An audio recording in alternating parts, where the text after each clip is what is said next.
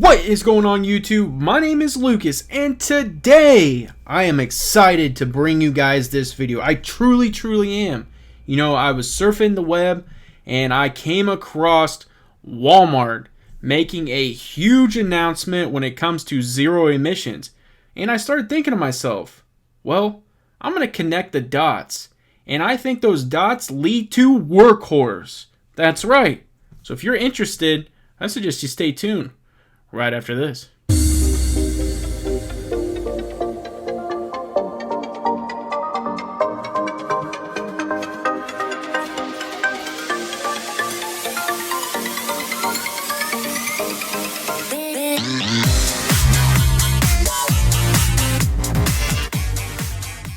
Before I really break down this news, I ask that you guys smash that subscribe button, smash that like button, comment down below, and now it's time to really break off into this video. I honestly cannot tell you how excited I am to bring you guys this video. I really am. I mean, the energy is going to be in this video, and the reason is because I have been on this for a while now. You know, obviously as an investor in Workhorse, and I have been with this company for a long time. You know, obviously the United States Postal Service contract is in the forefront. It is fastly approaching, and you know, I honestly believe that Workhorse is the leader when it comes to getting that contract. Whether they're getting 100% or not, they are going to get majority. And so I feel that yes, that is right around the corner, and the announcement will be made at some point, and we will be extremely excited as investors.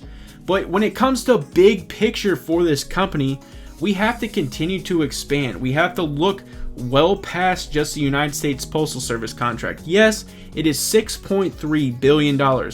Yes, it is going to be for 5 to 7 years. But if we are putting all of our eggs in one basket, and as a company, we are solely focusing on just one, contract, the company is going to fail in the long term. I mean, it just truly is. $6.3 billion is a lot of money, but money is burned up when you're using it the way you should be, producing and expanding and using marketing. I mean, all kinds of stuff. So you have to continue to grow the company.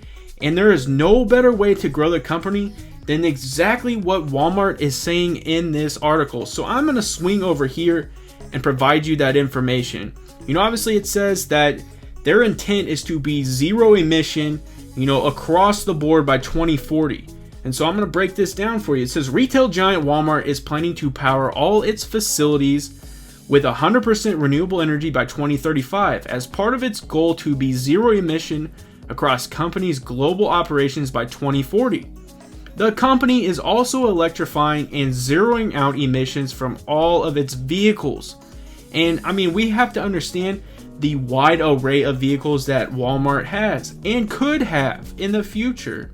So it says that, it's electrifying all of its vehicles, including long-haul trucks, by 2040. That aligns with, the CARB and California's rules, and it really goes hand in hand. And it's starting to, like I said, some dots are getting connected here. It says it will transition to low-impact refrigerants for cooling and electrified equipment for heating in its stores, clubs, and data and distribution centers by 2040.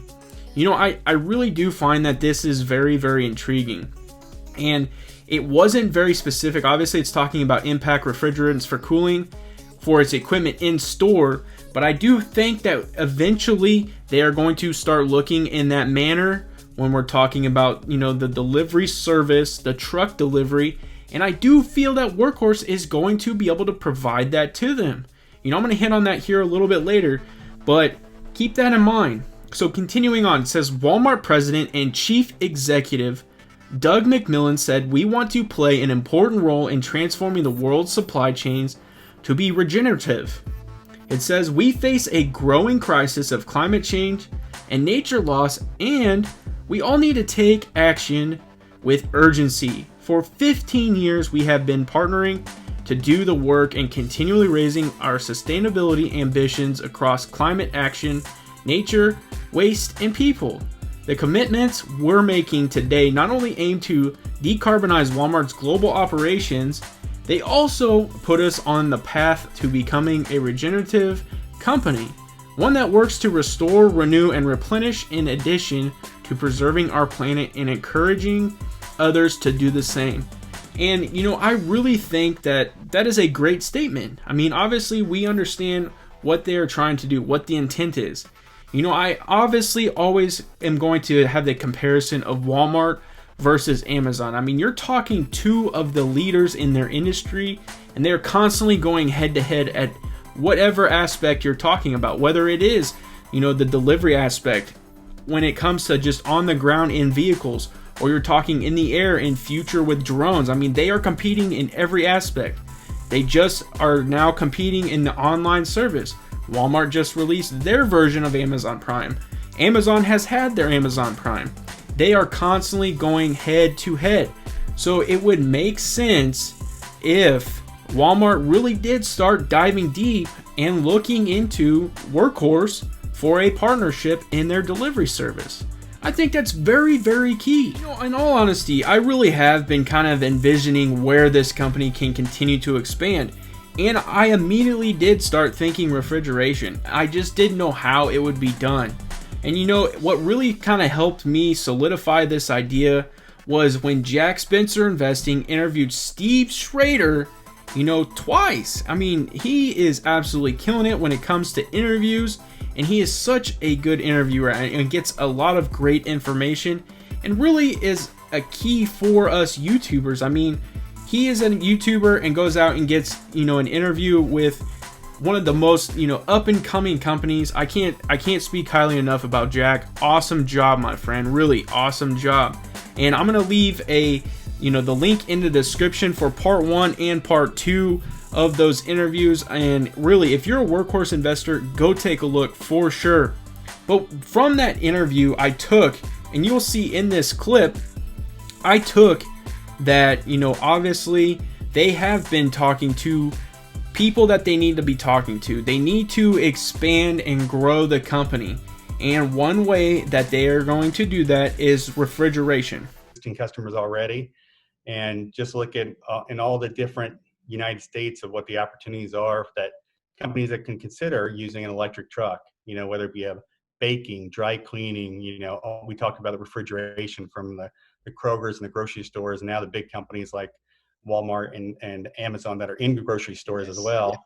There are tons of companies that want to use trucks and use our size trucks and want to electrify. I really do believe that the information that Jack was able to pull from Steve is the most important. Obviously he talks about the partnership with Hitachi. That is definitely big news, and I will talk a little bit about that with this going forward. But I think that, just in my opinion, the refrigeration idea and where they are looking to advance really stuck with me the most. And the reason I say that is just because it shows growth opportunity. It shows that they are wanting to grow and they are looking past the United States Postal Service contract. They want to continue to expand. And so that does lead me into the Hitachi deal. The reason they did a partnership with Hitachi is because it helps out with everything in this aspect. Obviously, Workhorse is involved with the drones. So Hitachi on their end is great with electronics, and they do deal with drone sources and things like that.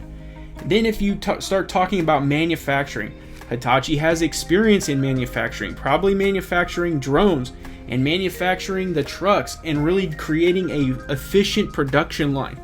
That is where Hitachi is going to come in. On top of that, you're talking about a partnership with refrigeration. They're trying to master the refrigeration in probably something that has never been done when you're talking about an electric truck and you're talking about refrigeration and putting them together. Well, Hitachi has experience in refrigeration, and they could probably help out and give some input on how to put refrigeration in an all-electric truck. I just feel that this partnership is very, very key, and I think moving forward, we're really going to start to see the limelight and really start to see how important this deal was, because I do think, like I've stated multiple times, that we have got a major part of the United States Postal Service contract. That was a big reason why they went out and got Hitachi. I think that they are going to need help when it comes to really being efficient on the production line, manufacturing a huge amount of vehicles and getting them out quickly. And then on top of that, they needed help, as far as, how do we get refrigeration into an all-electric vehicle? I think that's going to be absolutely massive. I really do. And I'm excited. Next piece of information I'm going to provide you, I really want you guys to just keep in mind when you're thinking about this partnership with Walmart. And the reason I say that is because, well, as of right now, Workhorse is the only one that are able to do what I'm about to tell you. So on June 23rd, Workhorse said in a statement that its new C650 and C1000 electric delivery vans have successfully completed federal motor vehicle safety standards, the FMVSS testing, meaning that the company is now approved to sell the vans in the United States. They are also, I do believe, the only company that has been CARB approved as an all-electrical vehicle. So by them accomplishing both those tasks, and obviously Walmart is, nationwide, this allows Walmart to purchase those vehicles in all 50 states and put them out on the road in all 50 states and get them delivering the products in all 50 states. So I think that this is a huge deal for Walmart. I really do. I think that they are seeing that, Workhorse has executed. They've taken every step, every measure that they need to take in order to be the only all-electric last mile delivery service vehicle to be doing what they're doing. I really do. I think Walmart is seeing that. And obviously, like I stated earlier, they are obviously competing against the likes of Amazon. Amazon has reached out to Rivian, and Rivian is supposed to be producing upwards of 100,000 vehicles for Amazon. So in return, this would be a way for Walmart to compete with the likes of Amazon by going all electric and getting in this aspect. Super excited. Come to my favorite part of any video, and that is chart breaking down time, and I have to get through this pretty quickly because I only have 15 minutes. So let's swing on over here and saddle up on the Workhorse. So today it opened at $30.99. You love to see it. It got as high as $30.95, and its low was $28.05. Its volume was 30.35 million. Its market cap is 3.182 billion. 52-week high is $30.95. 52-week low is $1.31. Its average volume is 31.97 million, and it closed today at $30.26. That was down 1.09%, and it finished going down 4.9% to wrap out the day at $28.76. Now this is going to be a 1-month chart starting on the 24th of August and going all the way until today.